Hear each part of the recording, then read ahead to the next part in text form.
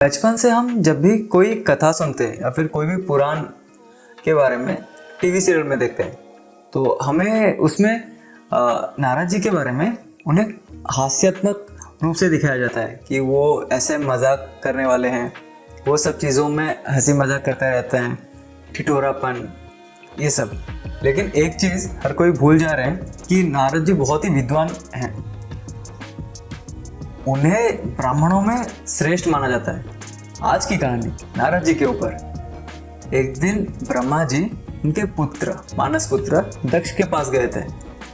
एक मिनट मानस पुत्र के बारे में मैं आज आपको बता देता हूँ। मानस पुत्र हम उन्हें कहते हैं जो कि मन से पैदा हुए जो भी हैं, तो उन्हें हम मानस पुत्र कहते हैं। जो कि भगवान के मन से पैदा होते हैं उन्हें मानस पुत्र। जैसे कि प्रजापति दक्ष, बहुत सारे ऋषि मुनियों को भी मानस पुत्र कहा जाता है हमारे पुराणों में, क्योंकि वो ब्रह्मा जी के मन से पैदा हुए। जिस कोई भी बच्चे को पैदा करने में अगर कोई नारी की आवश्यकता नहीं होती है, वो भगवान के मन से होते हैं, उन्हें मानस पुत्र कहा जाता है। इवन महाभारत में भी कई किस्सों में भी हम बहुत सारे कथाओं में भी पढ़ते हैं कि बहुत जगहों पे मानस पुत्र का उच्चारण किया जाता है कि ये मानस पुत्र थे। तो मानस पुत्र का मतलब आज मैं आपको बता दिया। तो अब कहानी की ओर चलते हैं। एक दिन ब्रह्मा जी अपने मानस पुत्र दक्ष के पास गए, राजा दक्ष, और उन्हें जाके उन्होंने कहा कि तुम्हें इस सृष्टि की गणना बढ़ानी है। तो राजा दक्ष बोले कि अच्छा, तो फिर मैं कैसे करूं? तो ब्रह्मा जी उन्हें समझाते हुए कहे कि तुम्हें असिकनी से विवाह करनी ही होगी और उसके पश्चात तुम्हारे पुत्र ये कार्य करेंगे। तो राजा दक्ष अपने पिता का आदेश मानते हुए वो असिकनी जी से विवाह कर लिए। और असिकनी जी से विवाह करने के पश्चात कुछ वर्षों के बाद असिकनी जी के गर्भ से पुत्र जन्म हुए, एक साथ 1000 पुत्र। और उन 1000 पुत्रों का नाम हरियक्ष रखा गया। हरियक्ष जब बड़े हो गए तब उन्हें अपने पिता दक्ष से आदेश मिला कि तुम्हें जाके प्रजा की सृष्टि करनी है। और उनके पिता का आदेश मान के वो सब नारायण सर नामक एक तीर्थ पर तपस्या करने चले गए। वहाँ सिंधु नदी, वो समुद्र का संगम हुआ है, तो वो लोग वहाँ पे जाके बैठ के तपस्या करने लगे। उनके तपस्या के समय नारद जी उनके पास गए और वे सब नारद जी को वहाँ पे देखकर बहुत ही प्रसन्न हुए और नारद जी को प्रणाम किया। तब नारद जी उनसे पूछे कि तुम लोग यहाँ पे क्यों आए हो?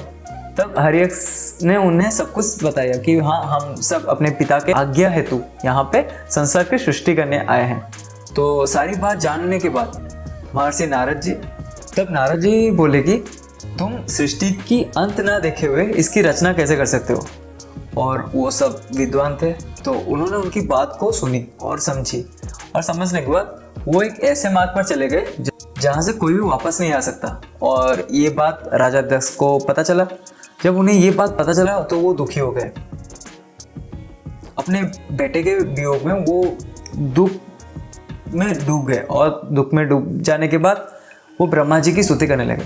तब ब्रह्मा जी उनके पास आए और उन्होंने उन्हें बहुत समझाया, और बहुत समझाने के बाद फिर राजा दक्ष राजी हुए कि हाँ, तो मैं दोबारा अपने पुत्रों को भेजूंगा। फिर ब्रह्मा जी की आज्ञा को रखते हुए राजा दक्ष और असिकनी जी से सबलम नाम के 1000 पुत्र जन्म लिए, और वो लोग भी उसी मार्ग पर चले गए। जब वो गए फिर उनका भेंट नारद जी से हुआ, और नारद जी उनको भी इसी कार्य में भेज दिए, और वो सब भी चले गए। और ये जानने के बाद राजा दक्ष पूरी तरह से टूट गए कि ऐसा क्यों हो रहा है मेरे साथ। और फिर नारद जी राजा दक्ष के घर पर आए, और वहाँ पे नारद जी को देख के राजा दक्ष उनकी स्तुति किए, पूजा किए, और उनसे कहा कि भगवान, क्या आपको पता है मेरे पुत्रों के साथ ऐसा हुआ? तब नारद जी मुस्कुराते हुए बोले कि आपके पुत्र थे, मैंने उन्हें ज़्यादा ज्ञान पाने की अभिलाषा देकर उन्हें एक ऐसे मार्ग पे भेज दिया कि वो बहुत ज्ञान अर्जन कर पाएंगे, लेकिन अब वो इस राह पे दोबारा लौट के नहीं आएंगे। राजा दक्ष को जब सब कुछ पता चला कि अच्छा, ये नारद जी की वजह से हुआ था, तब वो गुस्से में आके नारद जी को शाप दे दिया कि आपकी वजह से मेरे पुत्र मुझसे बिछड़ गए। इस वजह से मैं आपको श्राप देता हूँ कि आप कभी भी एक जगह पर स्थिर नहीं रह पाएंगे। और इस वजह से हम जब भी कोई सीरियल देखते हैं या फिर कहानी सुनते हैं, उसमें नारद जी कभी एक जगह पे खड़े नहीं हो सकते, वो हमेशा इधर उधर होते रहते हैं। और ये थी नारद जी के बारे में एक कहानी कि वो स्थिर क्यों नहीं रहते हैं। अब और एक दूसरी कहानी आज आपको बताता हूँ, बोनस ले लीजिए, क्योंकि मैं हमेशा एक ही कहानी सुनाता हूँ। आज ये दूसरा कहानी। एक कहानी, आप लोग कौवों के बारे में तो जानते होंगे। कौवे ऐसे होते हैं कि वो अपनी बिरादरियों से भी झगड़ा करते रहते हैं। जहाँ पे भी आप देखेंगे इकट्ठे बहुत सारे कौवे होते हैं, वो कहाँ करके एक दूसरे से झगड़ते रहते हैं। तो एक दिन बारिश का मौसम था, तूफान जोर से आने वाली थी और एक पेड़ पर बहुत सारे कौवे बैठे थे। वहाँ पे एक नन्ही सी कोयल उड़ के आके उस पेड़ के ऊपर बैठ गई और वो डर के मारे बैठी थी। तो कौवों ने उनसे सीधा डराया कि ये हमारा जगह है और तू यहाँ से निकल जा। कोयल ने अपनी शांत स्वभाव से उनसे ये कहा, मैं आप सबकी एक छोटी बहन जैसी हूँ, मुझे आप यहाँ पे बैठने दीजिए क्योंकि तूफान आने वाले हैं और मुझे बहुत डर लग रहा है और इस तूफान में मैं जाऊँगा कहाँ पे। तब कौवों ने उससे डरा धमका के उससे चोंच मार के वहाँ से भगा दिया और उन्होंने कहा, तो भगवान के सहारे जी ना, यहाँ पे मत आ। तब वो कोयल सोची, ठीक है। तब वो कोयल भगवान का नाम लेते हुए एक पुराने पेड़ पर जाके बैठ गई। अब पुराने पेड़ पर बैठने के बाद वो सिर्फ भगवान का नाम जप रही थी और बारिश बहुत जोर से शुरू हो गया और तूफान आने लगा और उसके साथ एक आसमान से पत्थर गिरने शुरू हो गए। और वो बेचारी कोयल वो इधर उधर कहाँ भटकती और वो पुराना पेड़ इतना पुराना हो चुका था कि उसकी एक डाली टूट गई और वो डाली टूट के नीचे गिर के एक छोटा सा होल जैसा बन गया उस पेड़ के पास। तो वो उसके अंदर जाके छुप गई। तो जो कौवे थे वो जो बहुत मजबूत पेड़ पर बैठे थे, फिर भी उस पत्थरों से वो बच नहीं पाए और उन्हें वो पत्थर लगा और वो सब इधर उधर भागे और लगने की वजह से बहुत सारे कौवे मर गए और जो भी कुछ बच गए थे वो सब ऐसे हालत में थे कि मतलब मौत के करीब ही आ चुके थे। फिर सब शांत हो गया। तब वो कोयल धीरे से वहाँ से निकली। तो वो जब निकल के जा रही थी वो देखा कि अरे ये सब कौवे तो मर के पड़े हैं और कुछ इतने जख्मी हालत में गिरे हुए हैं कि उनकी जान कभी भी जा सकती है। उनमें से एक कौवे ने उस कोयल को आवाज़ दी, अरे तुझे कैसे कुछ नहीं हुआ, तू कहाँ चली गई थी।